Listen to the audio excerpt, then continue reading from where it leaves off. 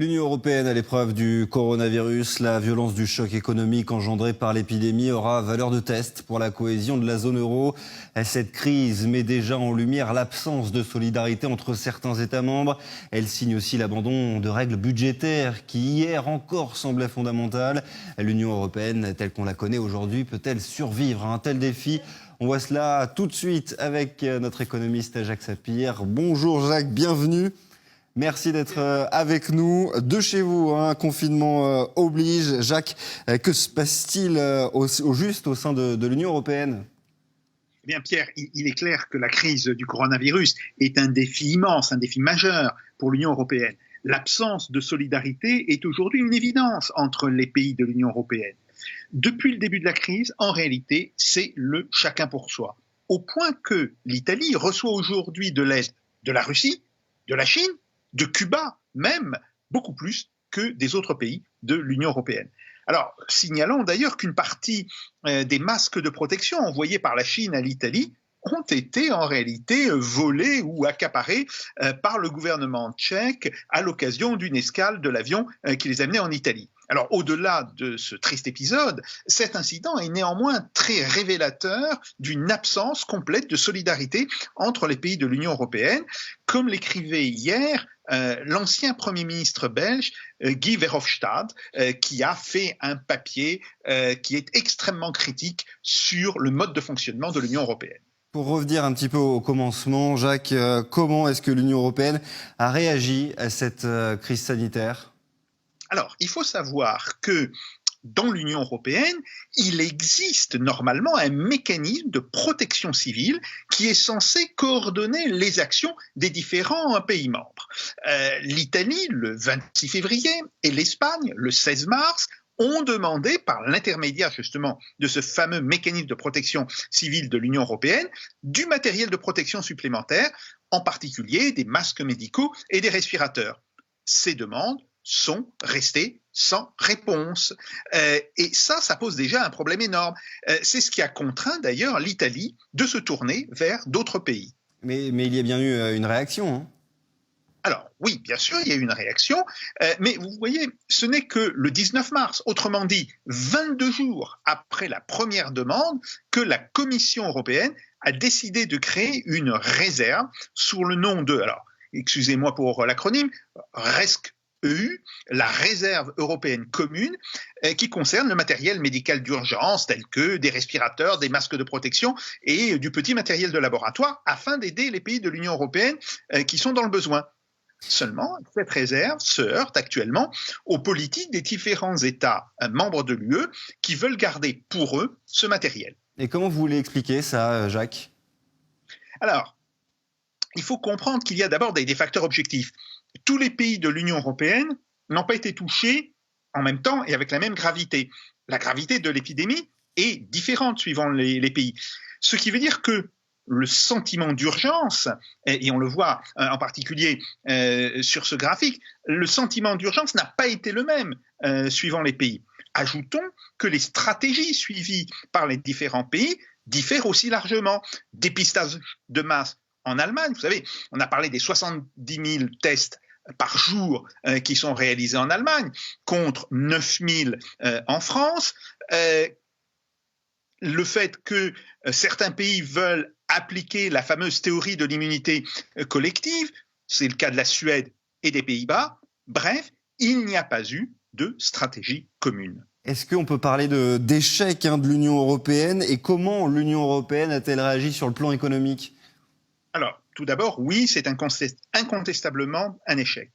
Après, cet échec, qui révèle d'ailleurs le manque de solidarité entre les pays de l'Union européenne, il se porte aussi sur la question économique. Reprenons un petit peu la chronologie. Le 6 mars, l'Union européenne accorde une aide temporaire et sous condition à l'Italie.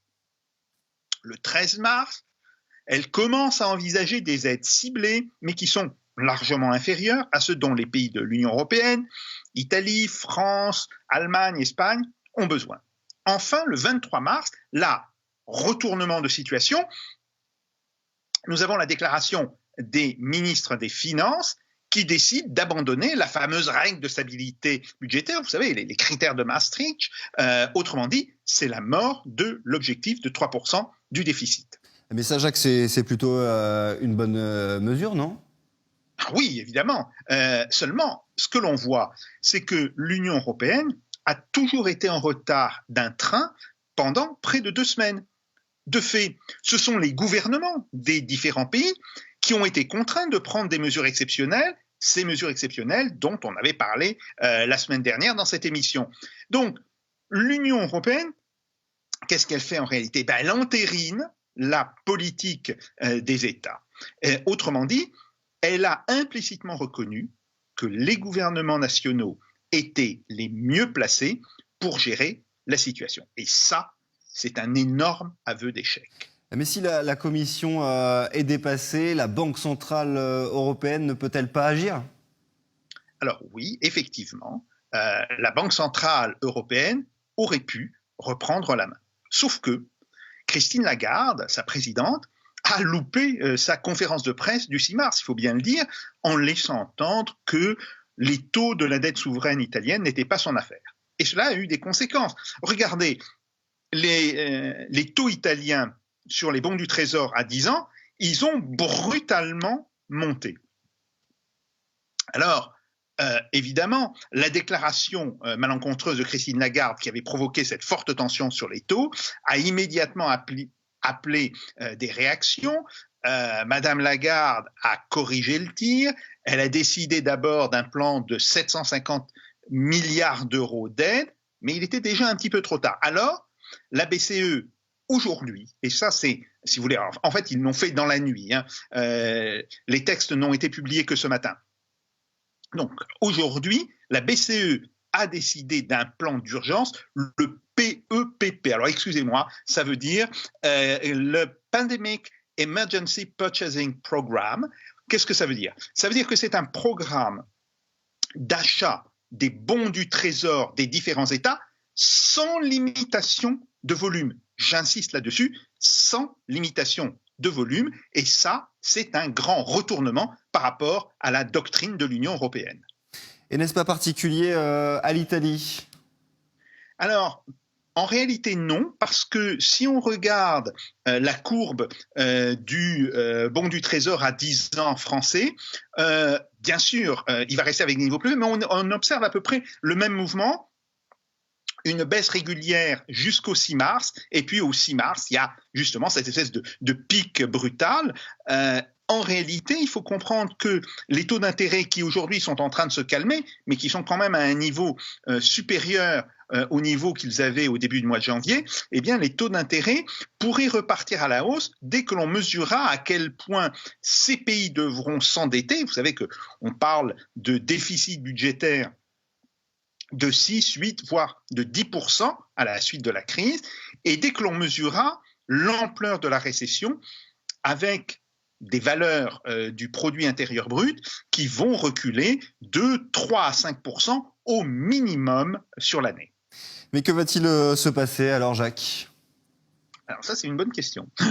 La zone euro va connaître, et c'est évident, une nouvelle crise. Alors bien sûr, nous avons le PEPP qui autorise ces rachats illimités d'actions publiques, mais ce programme, il faut le savoir, est très vulnérable. Il pourrait être en particulier contesté légalement devant la Cour de justice de l'Union européenne par différents pays. On pense à l'Allemagne, évidemment, qui est très opposée à ce genre de méthode, aux Pays-Bas ou à la Finlande.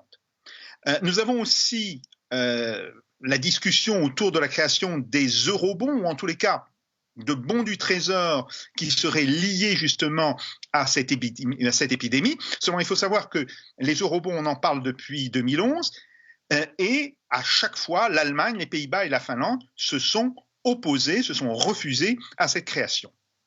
Alors, le constat, c'est que l'Union européenne aujourd'hui ne fait plus rêver. Il faudra penser très certainement à des revirements déchirants. Et on voit bien que c'est toute la construction européenne, de l'Union européenne à l'euro, qui est aujourd'hui durablement ébranlée par la crise. Un dernier exemple, Angela Merkel, qui a fait une longue déclaration il y a quelques jours, n'a même pas évoqué une fois l'Union européenne dans cette déclaration, et on voit que même à Bruxelles, bien des responsables n'y croient plus. Eh bien, merci beaucoup, Jacques Sapir, pour toutes ces précisions très éclairantes, mais pas forcément très optimistes. À très bientôt, Jacques Sapir, sur RT France.